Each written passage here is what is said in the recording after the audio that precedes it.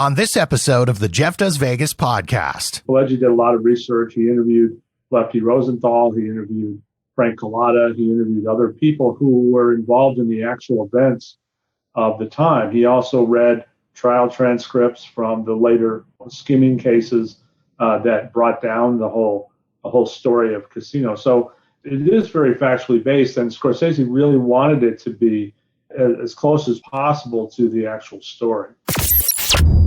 In Spanish, its name means the Meadows. You might know it as the entertainment capital of the world, Lost Wages, or simply Sin City. Of course, I'm talking about fabulous Las Vegas, Nevada. On average, 42 million people visit Las Vegas every year, and I'm one of them. I love this city. The sights, the sounds, the shows, the people, the history. I want to share all of it with you. Taking you to the world-famous Vegas Strip and beyond. My name is Jeff, and this is the Jeff Does Vegas podcast.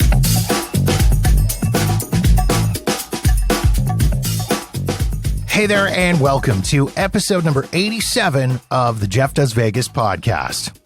Before we get into this episode of the show, I want to thank my guest from the last episode, Janice Waugh, the founder of Solo Traveler World, a website and online community devoted to people who love traveling solo.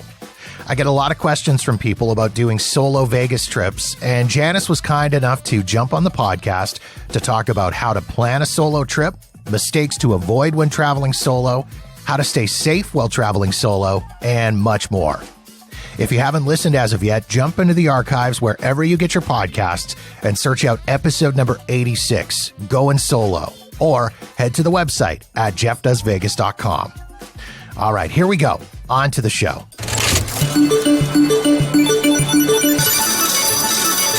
In my opinion, the movie Casino, directed by Martin Scorsese and starring Robert De Niro, Joe Pesci, and Sharon Stone, is an absolute classic and a must-watch for any Las Vegas fan.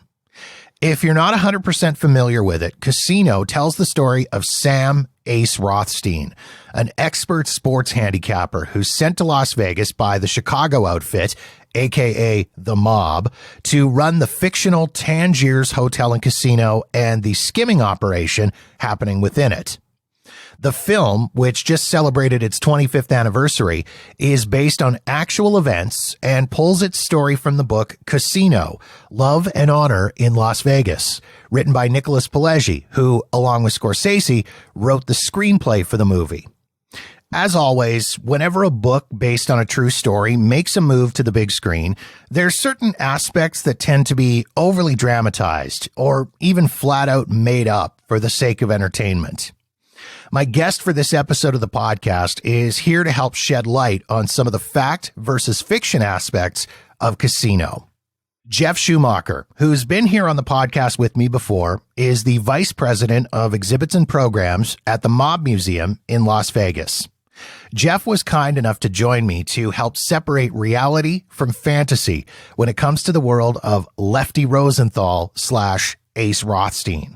Did hotel security actually smash a cheater's hand with a hammer? Did an FBI airplane really run out of fuel and land on a fairway at the Las Vegas Country Club? Was there really an issue with blueberry muffins? We get the answers to these questions and many more. Please enjoy my conversation with Jeff Schumacher.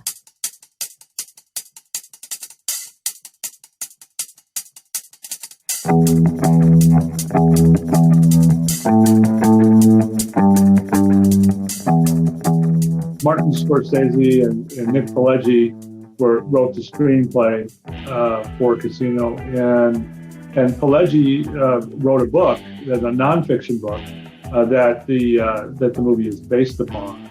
And so Pileggi did a lot of research. He interviewed Lefty Rosenthal. He interviewed Frank Collada. He interviewed other people who were involved in the actual events of the time. He also read trial transcripts from the later, skimming cases that brought down the whole story of Casino. So, it is very factually based, and Scorsese really wanted it to be as close as possible to the actual story.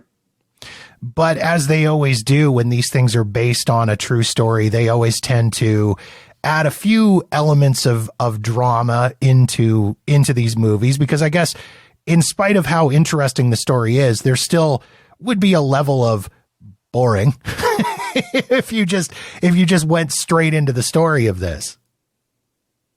Well, not only that, you have the 3 hour, it's a 3 hour movie. So first of all, it is kind of a long, epic movie. So, Scorsese was battling with the producers over that.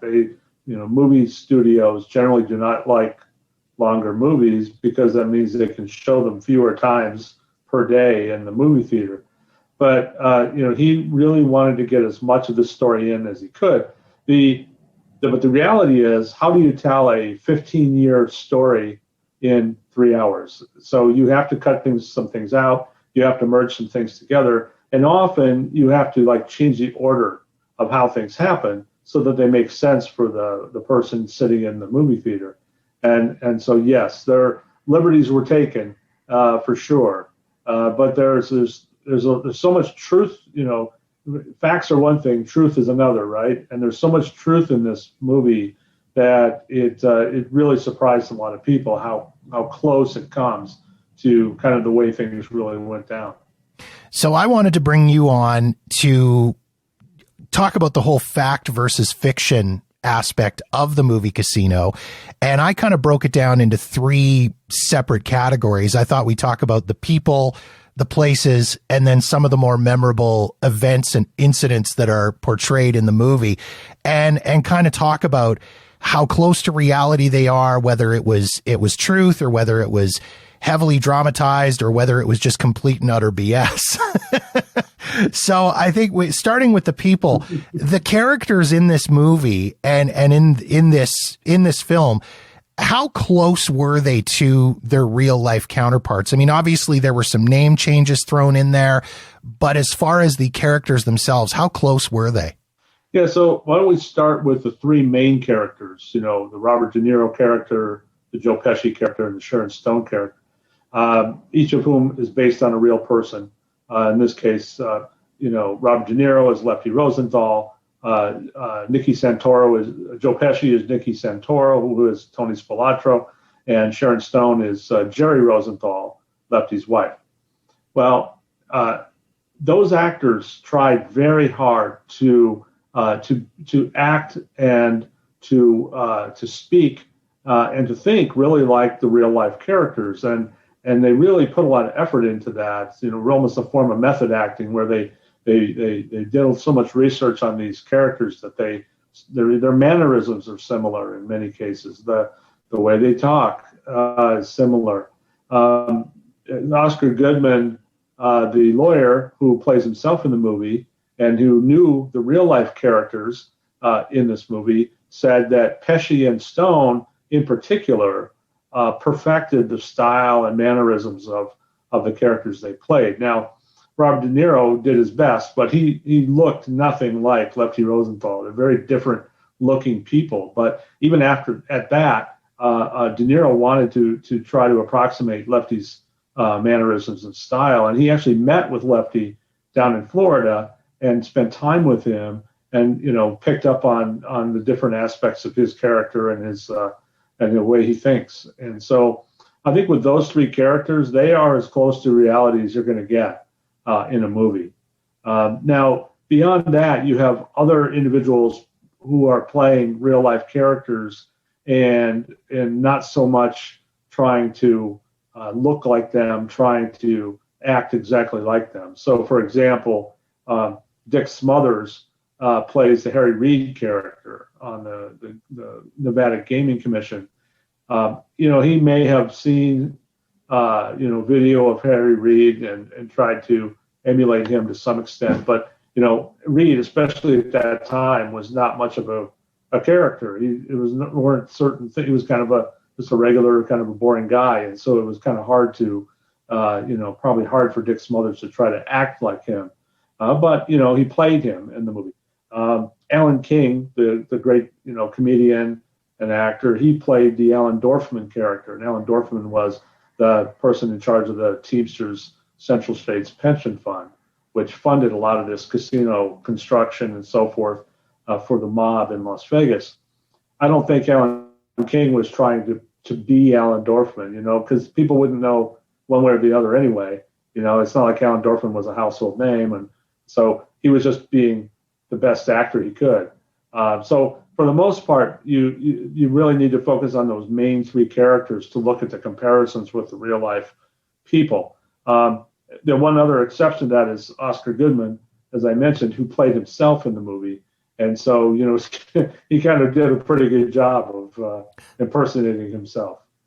It's interesting that you bring up the difference in appearance between Robert De Niro and Frank Rosenthal. One of the first times that I went through the museum and I saw some of the information and exhibits about Rosenthal, I looked and went, and this sounds weird to say, he doesn't look like a scary guy. De Niro looks like a scary mobster kind of guy. Rosenthal did not. No, Rosenthal was tall. He was thin. He by the time of all this was going on, his hair was thinning, and, he had almost an aristocratic air to him. He's very smart and somewhat sophisticated in that way. And this was obviously not the typical mob image that you see. But the truth was that he made, if he had not had such a past record of his his betting schemes and different things that had gone on, people might have in fact bought him as a legitimate frontman for the Stardust, because he looked very much like the other sort of more corporate, more business-like managers of casinos in Las Vegas that that were starting to come online in the 70s. So yeah, and then De Niro, has a long history of playing mobsters in movies, and he has a good way of looking scary, even if in real life, he's maybe not that way. One of the things that I recall us talking about on one of our earlier conversations was Frank Cullotta appearing in the movie Casino, and he was kind of on set initially as almost like a technical consultant, and he got roped into appearing in the movie, right? Yes, he did. And what's sort of really interesting about that is the great character actor Frank Vincent, who was in so many mob movies in his career. He played the Frank Cullotta character. So Frank Vincent is Frank Cullotta, and meanwhile Frank Cullotta is behind the camera with Scorsese giving him technical advice about the movie. And then it comes to light that Cullotta is not impressed with a particular scene. It's a hitman scene where a man is going to be killed, and it's not going well, and Scorsese doesn't like it, and Cullotta doesn't like it, and Cullotta explains to Scorsese that's not how it went down. That's not how it happened. In other words, this is based on a true mob hit, and it comes to pass that Scorsese learns that it was Cullotta himself who had done the hit. He was the guy who had committed that murder. And so ultimately Scorsese asks him to take on the role. It's not a lot of words. It's not a lot of actor dialogue that needs to happen. It's more action. And so Cullotta agrees to do it. And it ends up, really, it's a sequence with, I think, 3 murders that occur in short order. And Cullotta is the hitman. And he is the lead character in those 3 scenes, shooting people. And, so it's true. He is a character in the movie, and then he actually is in the movie as, I guess, a separate character. Did they know at the time that he was who he was when he was doing that? Or was this just one of those things of, hey, this guy seems to know what he's talking about. Let's let him do it. I think Pileggi and Scorsese knew they certainly knew that Cullotta was a mobster working for Tony Spilotro. They knew that he had been busted for a big burglary that ultimately forced him to become a government witness, or he decided to become a government witness, went into witness protection, and they knew all that. But it appears they did not know that the very scene that they were shooting was based on a killing that he had committed. And so that's the one thing they didn't quite put two and two together on. If I was the actor that was involved in that, the one that was actually getting murdered, I think I would have been a little concerned if I'd known. Well, that's a fair observation, because Collada, he wasn't a big guy, but he wasn't always an intimidating kind of guy too. Like a De Niro, he could give you the look, and you could be concerned. So I imagine the guy really has especially when when Collada's putting a gun to your head. Yeah, definitely. Wow. Let's make sure that thing's not loaded. Exactly. Something I did want to talk about was the casino that they used in the movie versus real life. I mean, they did make a lot of changes between the book and the movie. Real life, it was the Stardust. In the movie, they used the Tangiers as the fictional casino that Ace Rothstein was running. Why did they make the decision to use a fake casino rather than the real place? Was it legal reasons? Was it a case of the Stardust didn't want to be associated with the movie? Why was that? I think the main reason, both for the names, the character name changes, and for the name of the casino being changed, was for legal reasons. So the Stardust was still operating at the time the casino opened in 1995, and it really, I think the people who ran it, the Boyd Group, they didn't really want their casino to be associated with, this movie all about the mob and skimming and so forth. They had really escaped that whole story, and they were the ones who were cleaning things up at the Stardust. So first of all, there's that. And then all the name changes, I think, were a product of also not wanting to really cause any trouble for the Chicago outfit. The Chicago mob was still operating at the time, still doing its thing as it is today. And, start naming names of people who were in prison or people who were not in prison, and you definitely might have an issue. So from that standpoint, I think they thought it would be easier to change the names and even some of the other facts as well. Yeah, and I mean, for the sake of the movie, I guess it made sense to focus on just one particular casino, whereas in reality, Rosenthal was running multiple properties in Vegas, correct? That is correct. So the way the movie makes it look, there's just the Tangiers casino, and that's what Lefty's involved in. In fact, the Argent Corporation, which was the corporation that Lefty was working for, technically, there were 4 casinos. There was also the Fremont downtown, the Marina, and the Hacienda. And you don't hear much about them. It's not clear if there was skimming going on at the other at the Hacienda, but there definitely was skimming going on at the Fremont downtown. So that doesn't really get into the movie, and that's part of the simplification, for the 3-hour time format. And the movie is filled with tons of great moments that are really big in the plot line and big in the storyline. And I wanted to go through some of the more memorable moments from the movie and find out whether or not they were accurate, whether they were slightly dramatized, or whether they were complete and utter BS, as we mentioned earlier. So we'll start right off the top of the movie. One of the very first scenes in the movie is a car bomb exploding in a parking lot. This is something that actually happened. The car bombing, the bombing of Lefty Rosenthal's car did in fact occur. It happened in 1982. It happened in the parking lot between the Tony Roma's and the Marie Callender's restaurants on East Sahara. Neither of those restaurants is still open today, but the Marie Callender's just closed recently.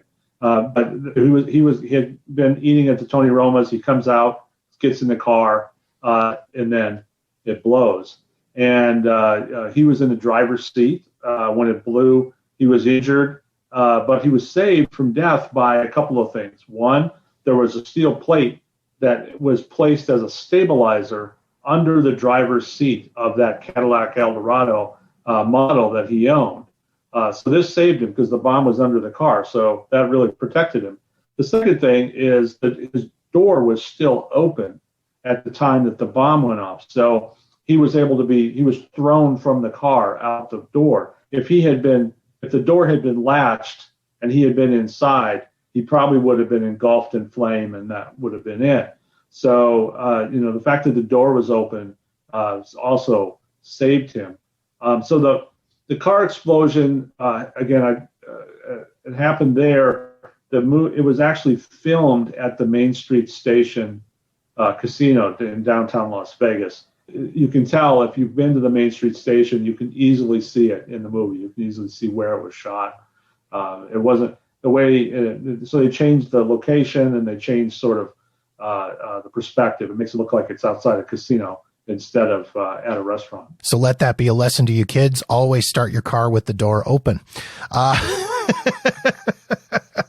Another one of those really memorable moments is also relatively cringeworthy.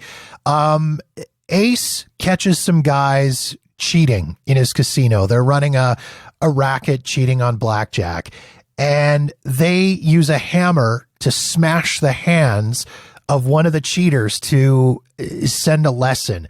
Is this something that actually happened? So according to Rosenthal himself, this indeed did happen. And that there was a syndicate of card cheaters that were actually not just causing problems at the Stardust, but at other casinos in town as well. And so when they caught them red-handed, later red-handed, but Rosenthal said that security officers actually used a rubber mallet to crush his right hand, the right hand of this card cheat. And that's really happening pretty late, if you think about it, in the Las Vegas history arc, because you would totally have expected something like that to happen in the 50s or maybe the 60s, but we're now talking about the mid to late 70s when this is happening. So this is definitely an old school way of dealing with a card cheat. Yeah, I don't feel like there's a lot of hand breaking going on right now. It's more like lawsuits and being kicked out. I agree with that, and that's not to say it never happens, but the last place I think that was doing that kind of thing was Binion's downtown, Binion's Horseshoe, which was accused in the 80s and I think even certainly in the 80s, they were accused of some rough handling of problem guests. Next, I want to talk about the Frank Rosenthal show, which in the movie is portrayed as the Ace Rothstein show. I know this is a real thing. I know it actually happened because I've seen clips of it on YouTube, and it's possibly one of the most terrible, most bizarre things I've ever seen. Perhaps you can explain why Frank Rosenthal was doing a television show. Well, a lot of people wonder about that, and Rosenthal himself said there were a couple of reasons why he did that. One was that he wanted to. Oh, let's be honest. The first reason he did it was because he had a big ego, and he wanted to be on television. He enjoyed the ability to do that. But beyond that, he wanted a platform where he could talk about problems he was having with the gaming control board, with different regulators, because this was something that really upset him. He believed that he was a legitimate businessman and that all of these problems were unfairly being placed on his back. And he wanted to forum, and he often would speak on the show about the problems he was encountering. But really, probably the biggest reason he did it in his mind was that he wanted to show that if he's the marketing guy, if he's the person in charge of entertainment at the casino, it's only logical that he would showcase the entertainment at the casino on a television program, that kind of thing. So he thought it helped his front, if you will. It helped his image as someone who was not a backroom skimmer. He was front and center. Here I am, right in front of you. Once a week, you get to see me on television. And it was absolutely ridiculous. This was a terrible show. He was not a good host. But he did get some very big name guests on the show, including Frank Sinatra. Muhammad Ali was on the show. I mean, partly because of Stardust, partly because of him, a lot of these really big name entertainers came on the show. Do you think that there's a chance that maybe some of those people appearing on the show were not necessarily there because they wanted to be? In that, I know I've heard stories and read various stories about entertainers at the time being told, okay, either you do this or you never do this ever again. Do you think that maybe there was some of that intimidation factor of, hey, you do Lefty's show or you're done in Vegas?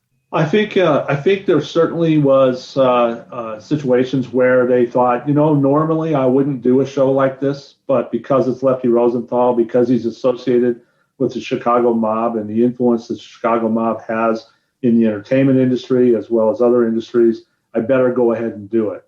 So yeah, I think there's some of that. I don't know if Lefty had the power to say you're ruined in this town forever, but he certainly was someone you didn't want to get in your bad side, and I'm sure that was the thinking for a lot of these folks who went ahead and went on the show when they would not otherwise have done something like that. In the movie, Nicky Santoro, Tony Spilotro, comes to Las Vegas and ends up getting banned from every casino in the city. Is that something that actually happened to the real life Tony Spilotro? Yes. In 1978, the Nevada Gaming Commission placed Tony Spilotro in the Black Book. And the Black Book is the list of excluded persons, as it's called at the state level. This list would be people who were not trusted to be in a casino, and for whatever reasons. And it started out when they started the Black Book in I think 1960. It was mostly mobsters in the book on the list. Later, it became much more focused on cheaters, people who were involved in like robbing casinos or cheating at cards, cheating slots, whatever it might be. And that became more of the focus later. There's a lot of legal argument on both sides of the constitutionality of this Black Book. And it was fought. Tony Spilotro fought it. Lefty Rosenthal fought being included in the Black Book.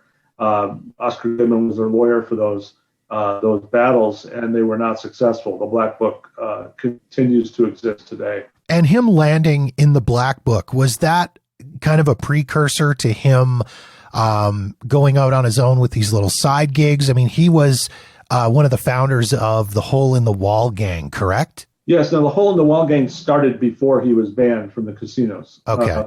But yes, because of the fact that he couldn't go in the casinos, it just gave him probably more time to think about like other schemes that he could become involved in.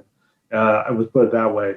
And the Hole in the Wall gang kept upping the ante to the point where in 1981, their ill-fated last burglary of Bertha's, which was a local department store and jewelry store, and they were going to make a huge score at Bertha's in 1981. And ultimately, there was an informant inside the group, and the FBI and the local police were on. They were watching this whole burglary unfold. As soon as they get inside the building, then the roundup occurs, and that was the end of the Hole in the Wall gang.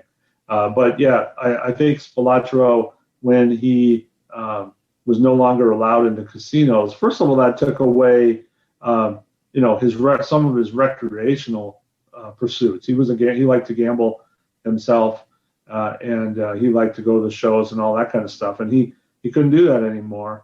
And I mean, Nicky Santoro and Tony Spilotro figured in a lot of different spots in this movie. And one of them is probably, I would say, one of the most disturbing parts of the movie is when he's got a guy's head in a vice and he tightens it so much the dude's eyeball pops out, and it just freaks me out every single time I see it. Is this a legit story, or again, is this one of these things that gets popped into a movie just for drama's sake? I got to believe if you were to ask the average viewer of Casino whether they think that's a true story, they would say, "Oh, of course not. That's got to be made up. It's right out of a superhero type movie or something, special effects." Well, in fact, it really did happen, and that's probably even more disturbing aspect of it than anything else. So but it didn't happen when. That's just part of the timeline issue in the movie. This happened when Tony Spilotro was a much younger man. He was trying to make his bones in the Chicago outfit, and it was 1962. And what happened is these two guys, Jimmy Miraglia and Billy McCarthy, were kind of part of a burglary robbery ring that Frank Collada was in charge of, frankly. And these guys, though, made a big mistake. They went into a bar and they killed these two mob-connected brothers, the Scalvo brothers, and they had no permission to do this. In other words, the outfit would decide whether people were going to be killed or not, who were connected. And these guys went out on their own and did that. That was a no-no, and it was time to round them up and take care of them. That was the outfit's perspective. So they put Tony Spilotro on the case, and he got McCarthy, and he put him in the vice, and he said, "Hey, I need you to reveal the location of your partner, Jimmy Miraglia." And at first he wouldn't do it. He wouldn't say. He finally did. After his eye popped out, he revealed where Miraglia was hiding out. And then so McCarthy then was killed. And then they went and found Miraglia and killed him as well. And that became known as the M&M murders, Miraglia and McCarthy. And and Spilotro was always sort of linked to these, but he wasn't charged. And years and years went by before we fully understood the whole story of what went down in 1962. But that is believed to be a true story. And one of the one of the things we've thought about at the museum is whether that vice that he used to do that is actually in evidence in Chicago. In other words, whether the police took that vice as a piece of evidence and they have it in their evidence vault.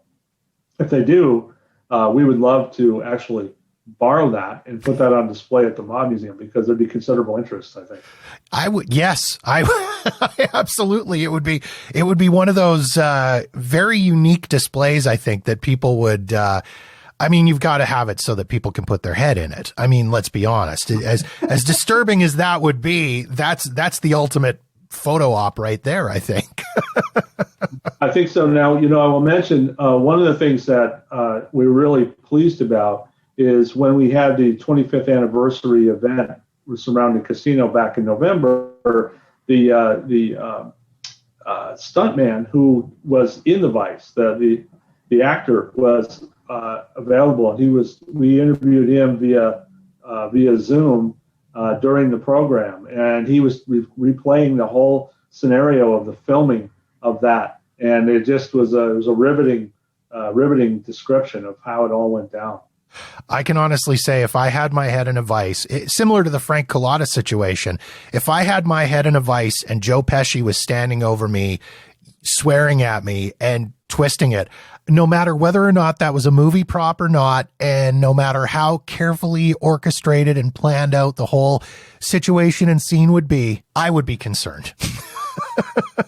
Well, I would too. And it's got to be, if you think about vices, it's something to think about today. Think about how big that vice had to be to fit someone's head in there. So it's like one of those big industrial vices. Oh my God. In the end, spoiler alert, if you haven't seen this 25-year-old movie, the Santoro brothers end up getting theirs. They end up dead, murdered, buried in a cornfield. Is that how it happened in real life? Is that how Tony Spilotro met his demise? It's similar, but not the same. And this is an interesting subject, because at the time that Nick Pileggi was writing this screenplay, there were many people who believed that Tony and Michael Spilotro were killed the way it is depicted in the movie. In other words, nobody had ever been arrested for their murders, which happened in 1986, and their bodies were found buried in the shallow graves in Indiana cornfields, just over the state line in Indiana. Many people believed at the time that they were buried alive. That's kind of how it went down, just like in the movie. Now later, evidence came forward. Witnesses, government witnesses testified in the Family Secrets trial in 2007 as to exactly how this all went down. And what we learned is these Spilotro brothers were actually killed in the basement of a suburban Chicago home, presumably a home owned by a mobster, and they were beaten to death down in the basement. Then their bodies were taken and transported to this cornfield in Indiana where they were buried. The only unknown at this point then is, okay, were they meant to be found or were they meant to never be found? If you bury them deep enough, they might never be discovered. But in this case, they were discovered, and it didn't seem to be that hard because it happened a couple of weeks later. So that's the question. Did they want to be found? Did they want them never to be found? Otherwise, we know they were killed before they were brought to the cornfield. Now, am I mixing up my mob movies? Am I mixing up my Goodfellas and Casino, or was it a similar situation where Tony Spilotro thought he was going to be made and then ended up getting murdered? Because Joe Pesci met a similar fate where he ends up beaten to death in Goodfellas as well, did he not? Yes, he did. There's an interesting parallel. There are several interesting parallels between Goodfellas and Casino, which are fun. But what you're referring to is why Tony and Michael Spilotro were going to Chicago to meet with their fellow Chicago outfit brethren at all. And it is believed that Tony and Michael were going to become made men, that when they walked down into this basement in suburban Chicago, there was going to be a ceremony and they were going to become made men. Also that Michael would be promoted. In other words, so this was all very positive. Tony and Michael were like, yay, we're going to go back to Chicago. This is going to be a great thing for us. It's going to elevate us within the Chicago outfit. There was even chatter, I'm not sure if it was coming from Tony himself or from others, that Tony was the heir apparent to run the Chicago mob. And maybe that might have been true, if he had survived this, but obviously he did not. So they were there under a very different impression about what was going to happen. And so they get down in the basement, and that's when the beating to death ensues. So I'm not crazy and I'm not mixing it up. There is a parallel there. Okay, cool. I wasn't sure. You see these two movies and they're two of my favorite movies that I've watched a million times each. So they kind of start running together at times. Well, and it's almost intended that way in the sense that, it was Pileggi and Scorsese, again, who wrote and directed both movies. And they're really seen as the second and third parts of a trilogy, with Mean Streets being the first one. That's Scorsese's 1970s movie about the mob. So you got Mean Streets, Goodfellas, and Casino, and there is some logic to seeing those as being connected. Gotcha. Okay.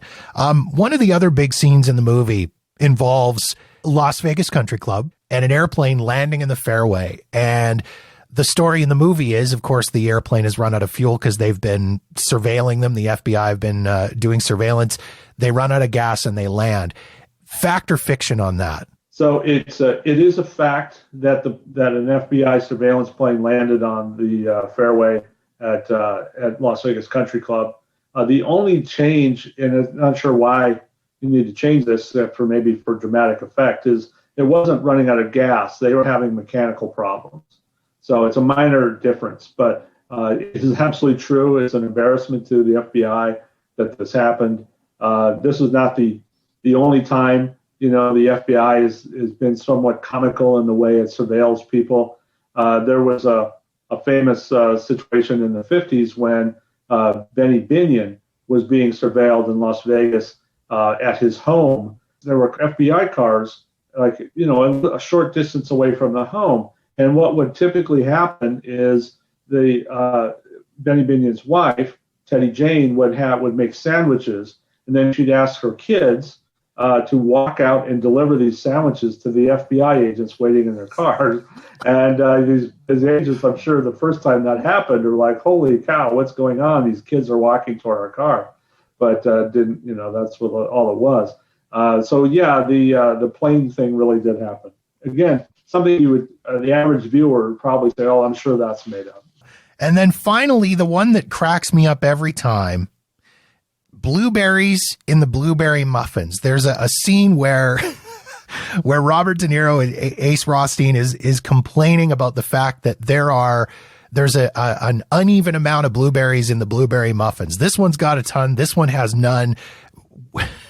Is this a real thing? Did this actually happen? So it really happened with a slight change. As Oscar Goodman will tell you, Rosenthal was a perfectionist. I mean, he really was very demanding on his staff at the Stardust about cleanliness, about proper handling of different things. And for example, if he saw garbage on the floor of the casino, he would pick it up himself, and then he'd find out who was responsible for that, and then he'd probably fire that person. He was very meticulous about it. And we've had other casino owners and operators that way in Las Vegas. Steve Wynn was like that for a time, and other people. But Rosenthal was a stickler, and Rosenthal's feeling was that he knew this business so well. He knew what people wanted, and there was, to some extent, that was true. Well, when it comes to the blueberry muffins, the story is that in the movie, Rosenthal wants exactly the same number of blueberries in each muffin. And the chef or whomever says that's very hard to do, and he encourages him to figure out how to do that. Now, the only difference between reality and fiction there is the story, as I understand it, is Rosenthal said there must be at least 10 blueberries in each muffin. So there could be 12, there could be 13, but there could not be 9. There has to be at least 10 blueberries in every muffin. So that could be solved by just putting a lot more blueberries in the muffins, right? Right. So that's obviously what they had to do. That's just amazing to me. It's almost not quite bordering on Howard Hughes craziness, but it's getting there. Well, it is. Although I will say that as a blueberry muffin aficionado, I certainly prefer more blueberries to fewer blueberries. Right? It's all about the blueberries. So I will sympathize with Lefty on that one. Jeff, you guys still have the exhibit going on at the Mob Museum celebrating the 25th anniversary of the movie. What kind of stuff can people see if they go and visit this exhibit? Yeah, it's not a big exhibit, but we've really packed it with a lot of really cool items. We have, for example, memorabilia from the movie. Well, what's interesting about the Tangiers Casino is it's sort of taken on a life of its own. It's a fictional place, and yet at the time of the making of the movie, they created all of the different branded items that a casino would typically make. So there are coffee cups, and there are the playing cards, and there are casino chips, and all these different things that have the Tangiers logo and the Tangiers on it. And so we have a number of those items on display for people to see. We also have, as you'll remember from the movie, there's a few moments in the movie where newspaper front pages are displayed, and the reasoning is to show you how things are looking to the public. In other words, here's what we see from Lefty Rosenthal. Here's what the public is seeing in the headlines. And those newspapers that were produced at the Las Vegas Sun newspaper. And by a friend of mine, actually named Brian Allison, who designed those pages. And he still kept some of those printed copies of his own for himself. And he donated those to the museum. So we have those those actual newspapers that were printed for the movie on display. We also have some interesting items from Oscar Goodman that are like the invitation to the premiere of the movie. And then he also got some personal thank you cards from Martin Scorsese, from Sharon Stone, because one of the interesting things that happened during the filming of the movie was that Oscar and his wife Carolyn were convinced that these folks needed a home-cooked meal, these big stars. And they've been in Vegas for so long, living in a hotel. He wanted to invite them over to his house. So he invited all these people over to his house, and they had a very nice dinner, home-cooked meal. And so afterward, thank you notes, of course, were sent with flowers and whatnot. And Oscar still has those. So you see the handwritten notes from Sharon Stone, from Martin Scorsese, and others. And so we have those things and more. And I think it really helps people to understand the making of the movie a little better. Very cool. Jeff, again, thank you for jumping on to talk about this today. This was tons of fun, and I appreciate you being able to come on and share all these stories. Well, thank you for having me. I like talking about the movie Casino and the people who are involved in it. There's no shortage of great material there. And of course, if people want to find the Mob Museum online, you guys are online and all over social media. How can people go about getting in touch? Yeah, we're at, of course, themobmuseum.org, and our website is constantly evolving, new information, new content, new programs that we're putting together. There's just so much that we're doing, including coming up. We're actually have an expert from Canada who's going to talk about organized crime in Canada, Stephen Metelsky. So look for that program. And then another thing if I could mention, we have our YouTube channel, and the video of our 25th anniversary of Casino is on there. And I encourage everybody to take a look at that. You'll see Nick Pileggi and Oscar Goodman talking about many of the things we talked about today. Excellent. Jeff, thank you so much again. I really appreciate this. Thank you very much.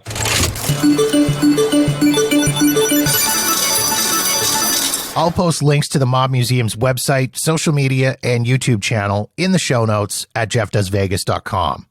And if you want to listen to Jeff's past appearances on the show, jump into the archives wherever you get your podcasts and check out episode number 22, Mob Rules, or episode number 62, Howard Hughes, Aviator, Innovator, and Las Vegas Legend. Also, be sure to click on the Vegas Book Club link to order your copy of the book Casino, Love and Honor in Las Vegas by Nicholas Pileggi.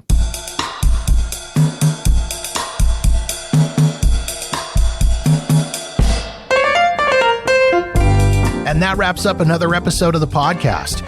If you've got feedback on this episode of the show, or any other episode for that matter, or you've got suggestions and ideas for topics you'd like me to cover on the podcast, please feel free to reach out to me via Facebook, Twitter, or Instagram at Jeff Does Vegas.